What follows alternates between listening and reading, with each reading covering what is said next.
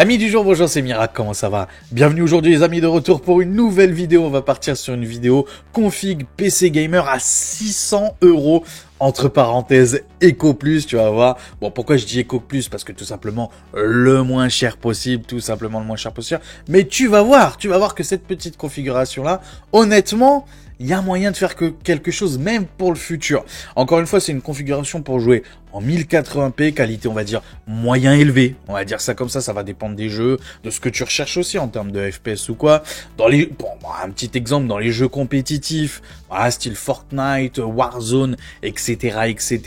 Voilà, pensez à bien mettre les paramètres en mode compétitif, ok? C'est-à-dire, les ombres au minimum, la qualité graphique au minimum, la distance d'affichage la plus lointaine possible. Et honnêtement, avec cette configuration-là, tu vas pouvoir jouer dans ces jeux-là à plus de 140 FPS, mais largement easy, sans même mettre de FSR ou quoi que ce soit. Toujours en 1080p, je précise quand même, bien évidemment.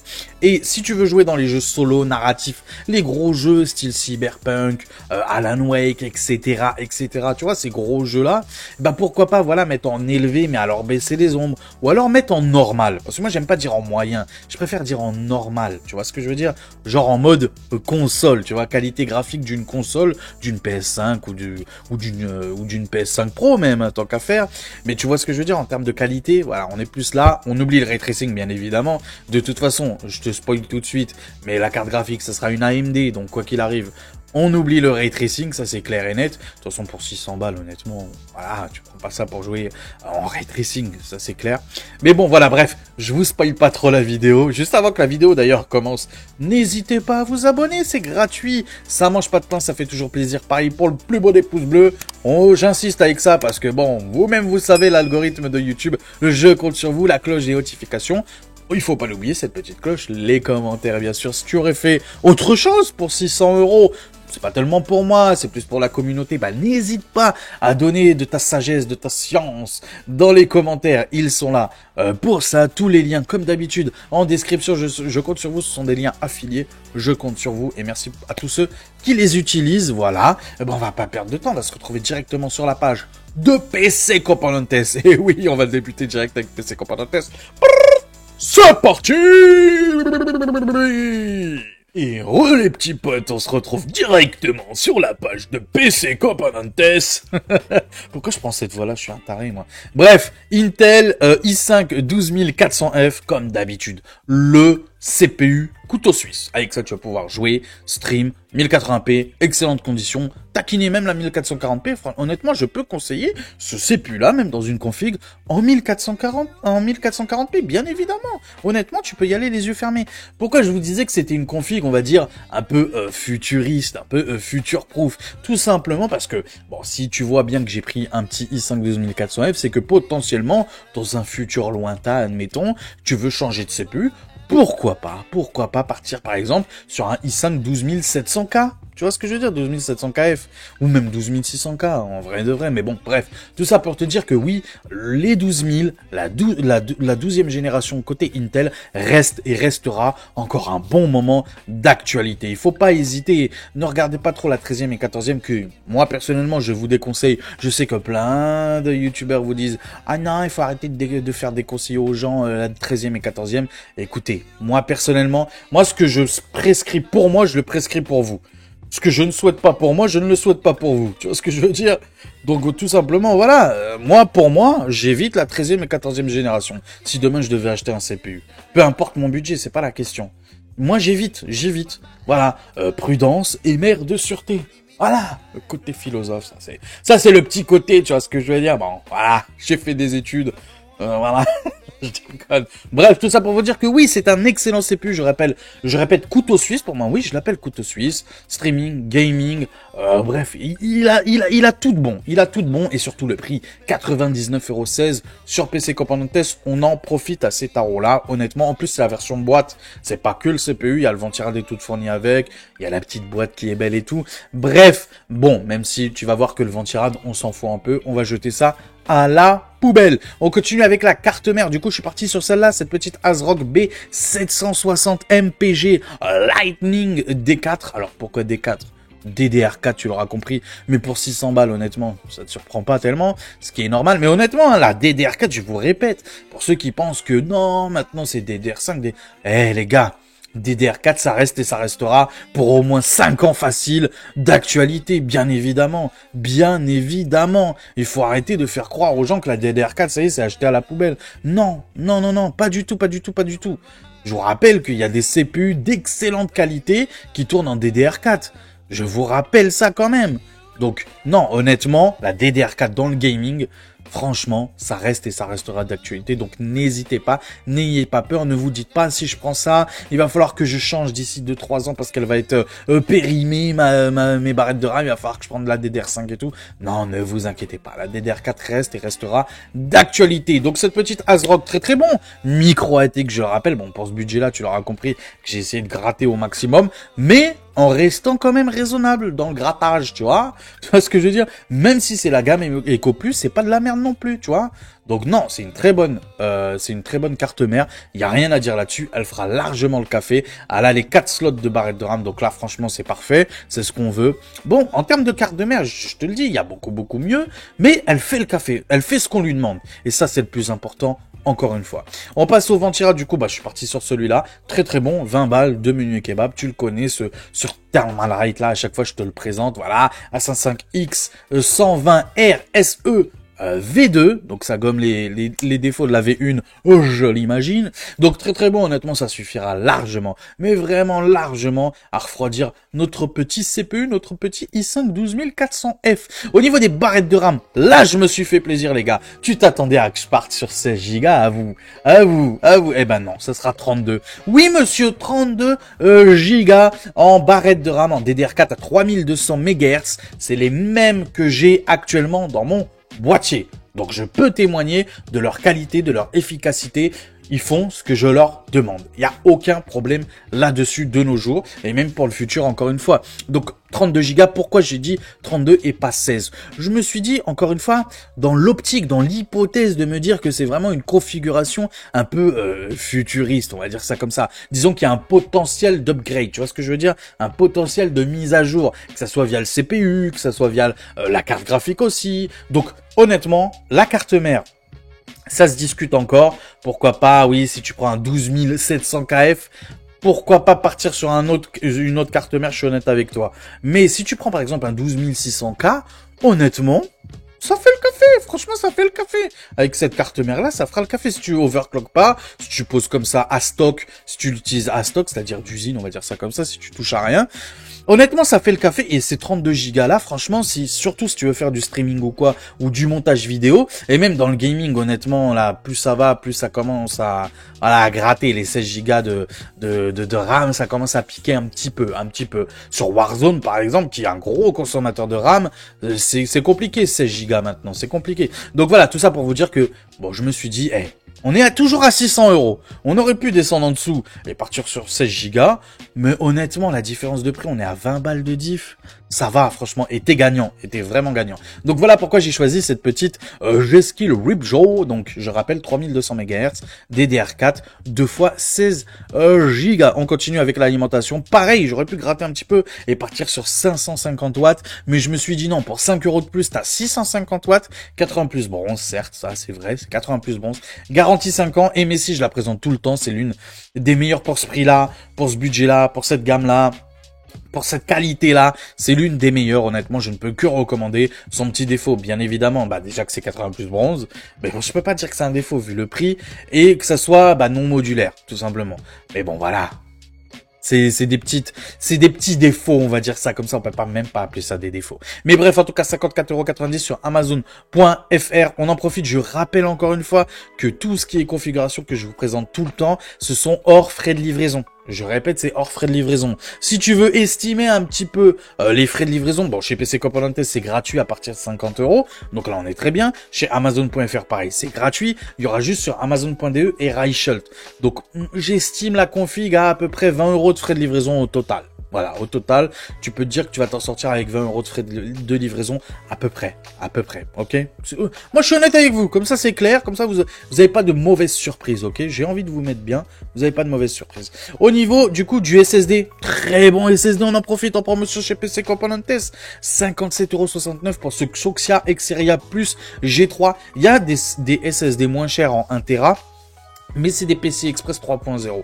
Là, c'est PCI Express 4.0. En termes de lecture et d'écriture, franchement, on est dans la moyenne gamme, certes, mais on est vraiment très bon. Là, on n'est pas sur de l'Eco Plus, hein, honnêtement. C'est pas du Kingston à 3500 en lecture. Là, on est à 5000 émos secondes en lecture et 3900 en écriture. Donc, honnêtement, pour tout ce qui est jeux vidéo, déjà, c'est très bien. Même en applicatif, honnêtement, ça fait largement le café. Je répète que moi, tout le travail que je fais sur YouTube, ou le gaming, ou etc., je le répète, je le fais avec un SSD qui tourne à 3000 émos secondes de lecture et écriture.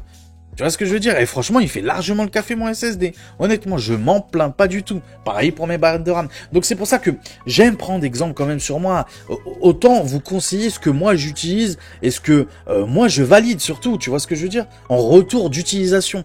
Et c'est pour ça que je vous conseille aussi ce SSD là et que je vous dis qu'il est franchement très très bien. Surtout pour ce prix-là, 57,69 €. De base, il est à 64 €. Même à 64 €, honnêtement, c'est franchement un très bon SSD. Là, à 57, c'est juste une tuerie, il faut en profiter. Il faut en profiter. On dirait pas vraiment une gamme Eco Plus, honnêtement. Moi, je l'appelle Eco Plus parce que le prix, 600 € au total. Mais honnêtement, quand tu vois les composants un peu un par un, individuellement, tu vois quand même que c'est de la qualité. C'est pas de la merde. Faut dire la vérité, faut dire les termes. C'est pas de la merde. C'est franchement des très, très bons composants que je vous sélectionne encore une fois. Au niveau du boîtier, pareil. J'ai essayé de prendre un boîtier qui soit quand même bon, airflow, ventilation, ventilateur fourni, adressable RGB visuellement, c'est agréable à regarder quand même, une bonne marque quand même, Ximatec, franchement, honnêtement, c'est une marque certes un peu entrée de gamme, mais qui font du bon travail, c'est pas cheap, c'est vraiment pas cheap, donc je suis parti sur celui-là, Ximatec,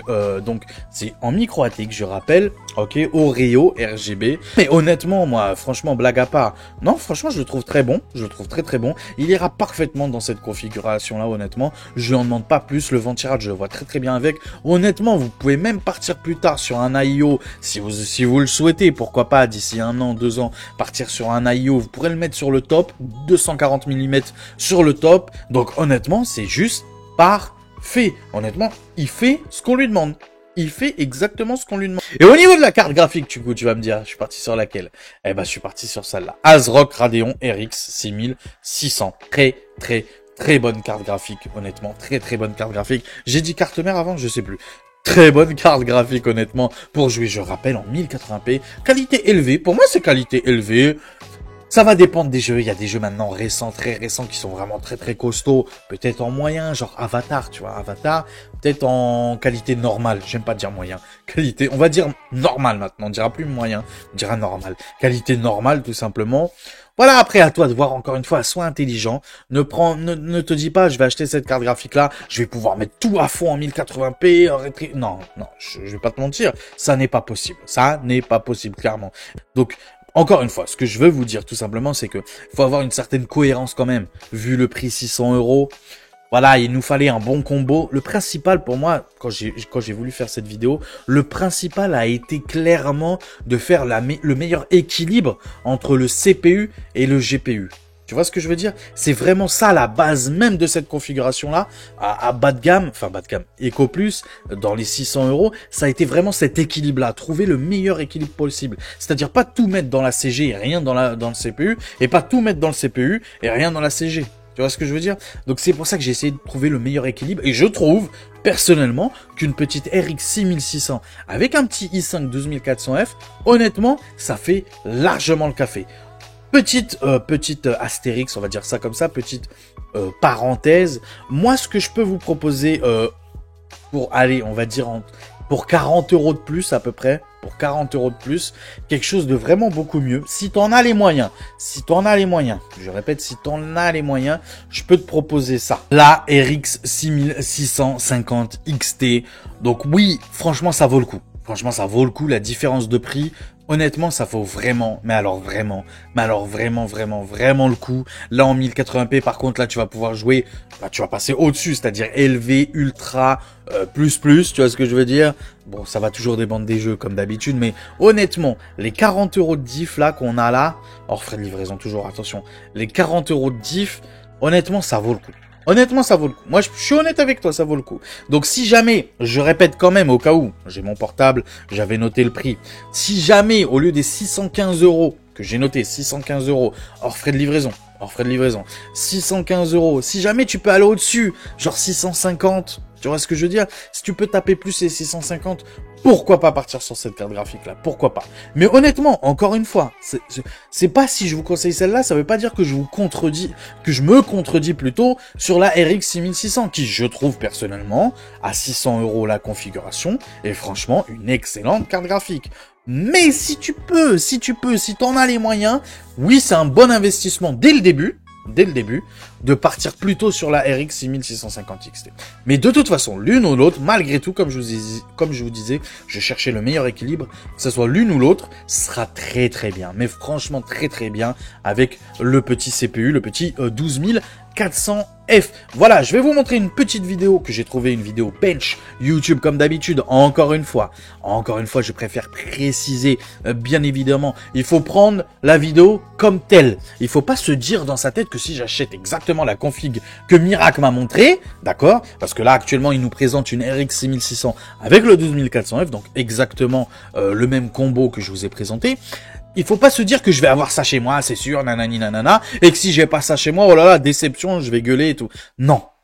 Dites-vous que c'est une espèce de petite moyenne. Voilà. La question qu'il faut se poser, c'est est-ce que oui ou non, sur un jeu par exemple, comme actuellement Cyberpunk, ok, sur Cyberpunk, est-ce que oui ou non je suis autour des 60 FPS? Alors encore une fois, là, il joue en ultra, alors que moi je vous ai pas conseillé de jouer en ultra. Ok? Je vous ai conseillé quoi? Je vous ai conseillé de jouer en élevé ou normal. Élevé normal. Moyen, si tu préfères. Élevé ou moyen, ok? Moi, c'est ça que je vous ai conseillé. Là, lui, il joue en ultra. Dites-vous que là, en moyenne, il est à 49 FPS. Si vous faites ma technique à moi que je vous ai dit, donc soit en élevé, d'accord, en baissant les ombres, ou soit en moyen, ok?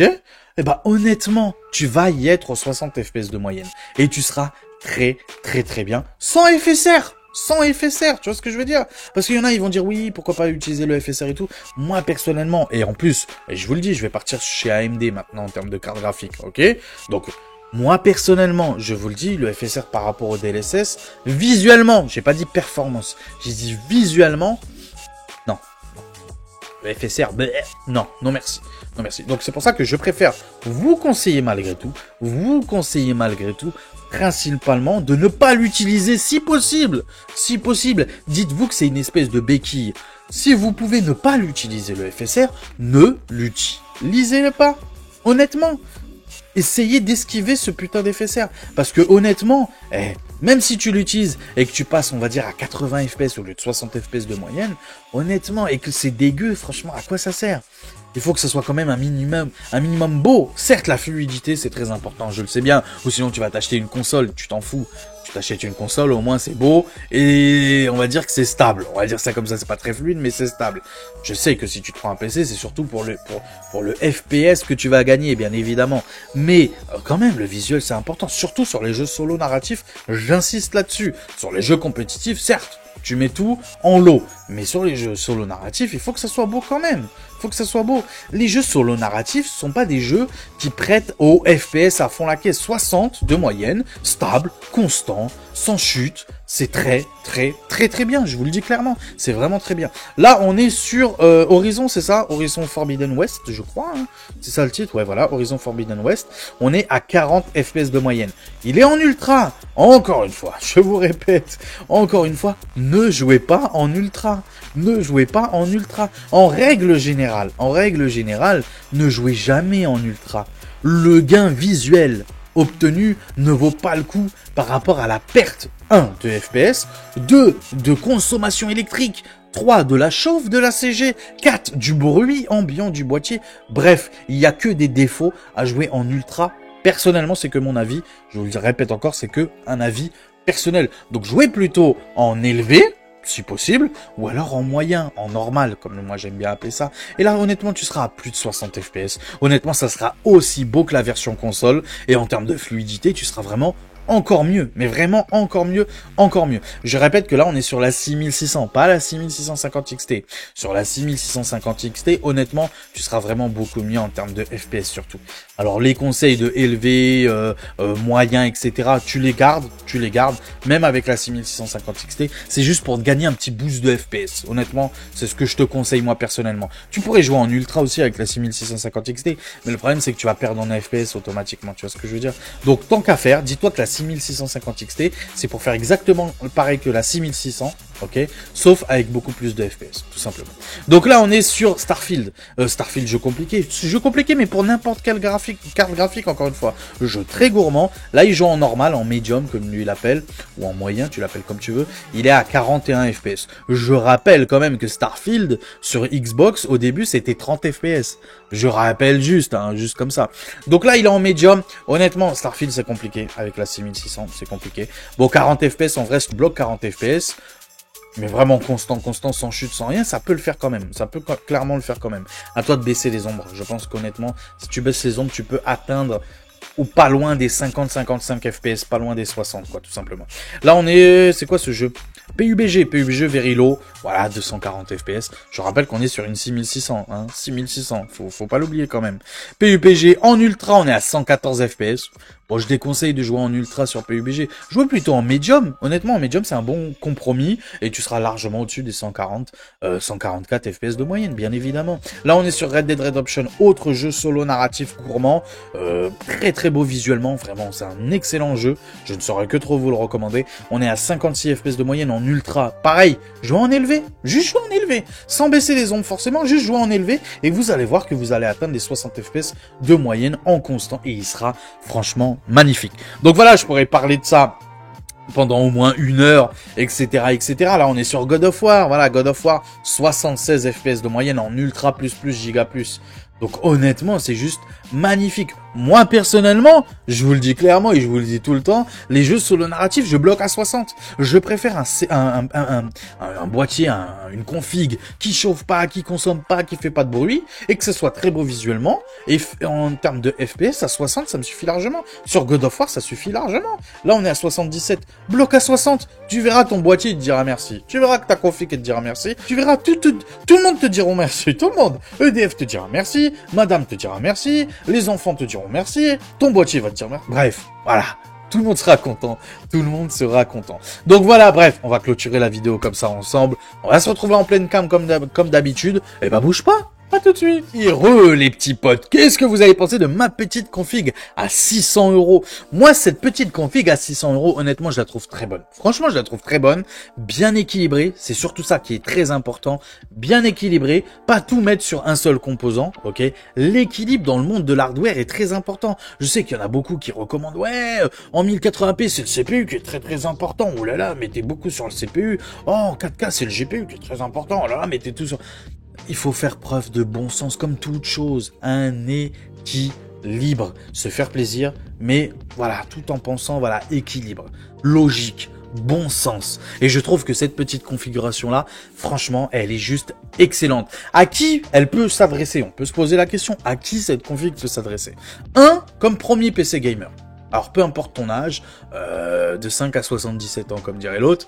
Bref, peu importe ton âge, comme premier PC gamer, à monter soi-même, honnêtement, ça peut être très très bon. Ça peut être vraiment très très bon. Admettons, tu as déjà une PS5, une Xbox, et tu te dis, par exemple, typiquement pour celui qui a plutôt une PS5, admettons une PS5 ou une Switch, mais plutôt une PS5, admettons, plutôt une PS5, et il se dit pourquoi pas passer chez Xbox pour profiter du Game Pass, des exclusivités Xbox, etc., etc. Bah moi, je vous déconseille bizarrement de passer chez Xbox. Partez plutôt sur un PC à 600 € qui coûte à peu près le prix d'une Xbox série X, tout simplement. Et honnêtement, avec ce PC-là, tu auras le mode en jeu en ligne gratuit, tu auras le Game Pass, ok, qui n'est pas gratuit lui, mais je vous prépare une petite série de vidéos, tiens, je vais faire ma petite pub, je vous prépare une petite série de vidéos bientôt qui devrait sortir normalement avant les fêtes de fin d'année, pour avoir tout simplement du Game Pass à vie. à vie. Alors, ça demande du travail. Je suis honnête avec vous, ça demande du travail. Alors, c'est quoi comme travail?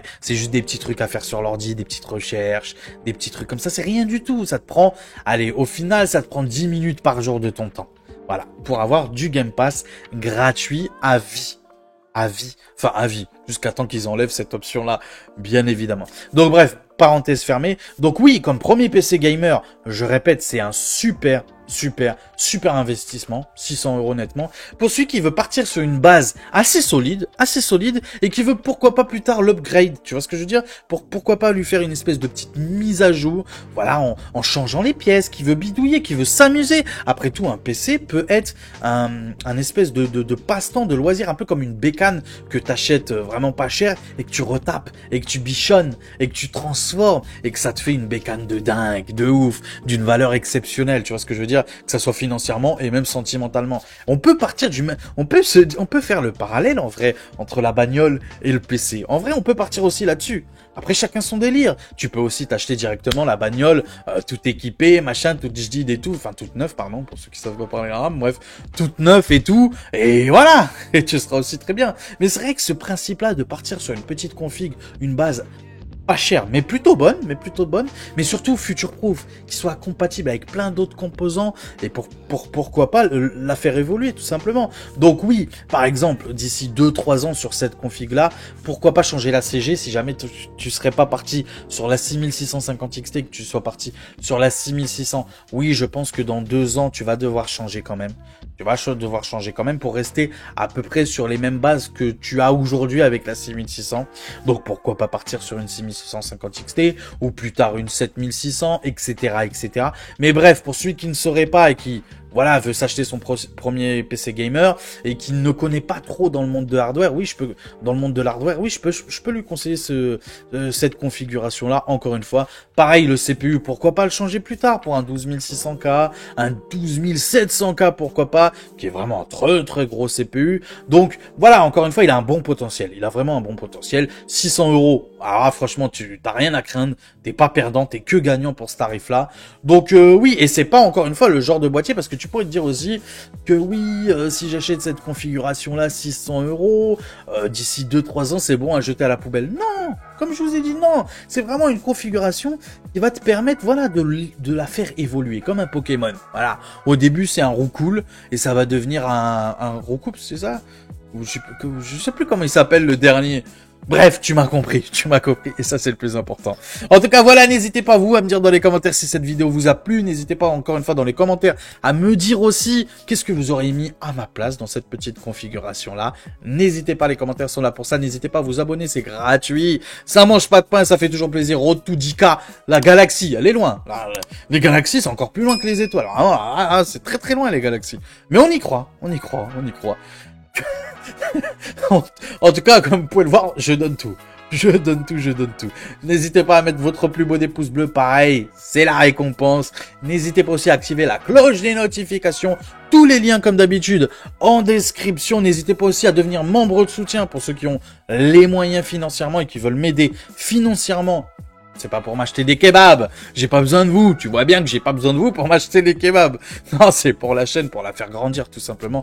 Donc, n'hésitez pas à devenir membre soutien. Merci à tous ceux qui font tout ce que je leur demande, voilà, tout simplement. Qui m'aident, tout simplement. Et ça, c'est le plus important. Et puis voilà, on se retrouve très vite pour une prochaine vidéo. La suite, comme d'habitude, au prochain numéro. Ciao tout le monde. Ciao.